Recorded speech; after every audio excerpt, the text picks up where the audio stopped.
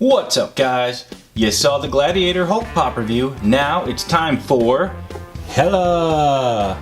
Now I first have to say, for those of you who like to keep your Pops displayed in their boxes, this is kind of a bummer because you can barely see her. I mean, she's just really covered up by this, this face with her horn, and it's just, yeah, she's kind of playing peekaboo there, so that kind of sucks. But anyways, I've been really looking forward to this pop as well, so let's get to it. Here's a closer view of the front with Peekaboo HELA. Here's one side, here's the other side, really cool artwork. Don't know why she has an Avenger symbol though, that's kind of weird. Here's the top, here's the back, I reviewed that guy. Here's the bottom with the Upik. Now let's set her free! Oh, I've missed this. And there she is, guys, the Goddess of Death. Now I'm really excited to see the movie, and Cate Blanchett's actually one of the main reasons too why I want to see it, because she looks like she's just going to steal the show with her performance. I mean, she just looks so evil in the movie, it looks crazy. Another reason too is like this suit, like one reason why she's one of my favorite characters here is her suit just looks amazing. I mean, their design is just awesome. She looks both menacing and sexy at the same time. But anyways, let's get into close-ups of the details here. Alright, let's start with the head here. I love the face and the look here. It's a smoked out look here. It just has this evil, menacing look. It's like, it's not really a mask either. It's more like evil eyeshadow or something. I mean, if that's a thing, evil eyeshadow. Anyways though, the matte black too that they used for it just adds to it too. It also has sculpting, as you can see here, and the sculpting is actually a soft rounded edge, which is kind of nice. I think it works here because it kind of maintains her femininity, but at the same time gives her that kind of evil, almost like additional horn type look. So it's pretty cool there. Now I really like the mint green on the eyes here, but it looks like it should glow in the dark. So yeah, before you ask, no, they do not glow. I tried it, wish they did, but they don't. I mean, technically you could just get glow in the dark paint and just kind of go blah blah blah, on it, and then it becomes glow in the dark, and that'd be really cool. All right, now let's go and move on to probably the most prominent feature of her, the horns. The horns are actually made up of 4 individual pieces glued together. You have this bottom piece down here, and then this piece right here that kind of goes along here. You got this piece here, and then you got the final piece, which is the largest piece, this one right here. Now the horns are actually made up of a softer rubber material, but the thing is, the rubber gets harder as the horns get shorter, especially this one right up here. So they're actually pretty sharp, and well, not sharp, but I mean, it would definitely hurt if you sat on this, so I definitely would not recommend this one. This would be like the worst pop to accidentally sit on. Actually, it's really pointy right down here. Ooh. And if you're the type of person who likes to give pops to kids to play with, I mean, I guess that's a thing, some people do that.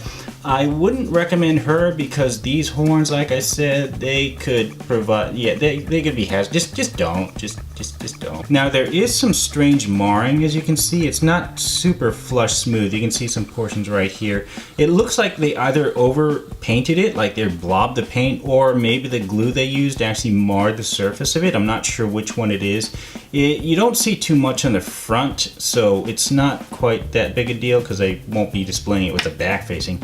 But yeah, and plus you only really see it when it reflects in the light, so it's not too big a deal. So it's just okay. Now she is a bobblehead, and as you can see, she actually has kind of a tilt towards the front. She kind of has this kind of looking down mode. That would be normal, but that's the normal tilt there. So I don't know if that was intentional or if that's just the design of the bottle. It just happened to be that way. I don't know why it would be front heavy because all the stuff's back here.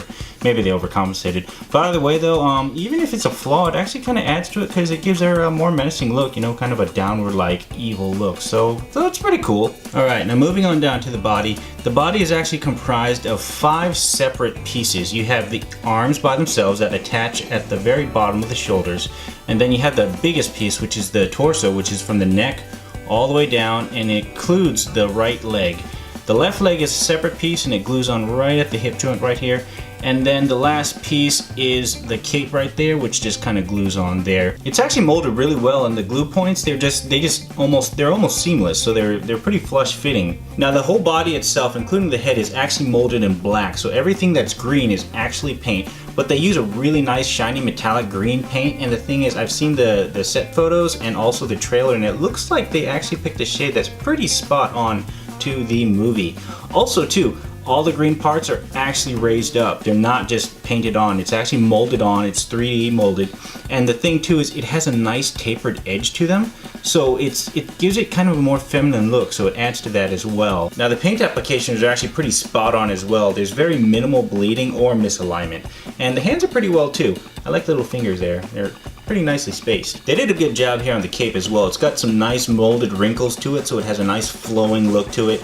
And the inside though, not quite so much, although Funko did manage to hide all those annoying markings behind the cape, behind the legs, so that's pretty nice. Also, the cape is the same rubber as the horns, except they used a thicker piece, as you can see there, so it's quite firm. In fact, it actually came with a stand, as you can see here, a 2-peg stand. But because of this cape, you actually don't really need it because she stands pretty firmly because of her cape. So, oh. Okay, as long as you don't hit her that hard, she stands pretty firmly. So you don't really need the stand. Now going back to the suit here, it's actually a pretty spot-on replica of the suit from the movie trailer, and that's actually a big deal because I also happen to have the Marvel Legends HELA figure, and this is a premium figure. I mean, this even comes with a very accurate looking Cate Blanchett head, as you can see there. And the thing is, the suits are different, and this one's actually more accurate than this one, which is kind of surprising. Here, let me give you a closer look so you can see. Starting with this premium figure, you can just kind of see just the general obvious stuff. There's way too much piping detail of green on her torso down here. This arm, it shows way too much skin. As you can see, it has more skin on her actual torso, while the actual costume only shows the top of her shoulders. And also she has too much piping also on her leg as well. So it's just, you know, this one's just not quite as accurate, which I find interesting. All right, now here's the pop figure, and as you can see, the torso piping is definitely much more accurate. So are the legs, just everything, even the arms. It has where only the shoulders show, which is accurate. So that's just surprising that this little pop person character is just more accurate than the premium figure, which is kind of weird. But what I do find interesting is that both of these figures have green colored boob plates. Boobs. Anyways, it doesn't match the trailer, but it does match this Entertainment Weekly cover. So it does make me wonder, did the filmmakers change the suit later on, or does she actually get a suit change in the movie?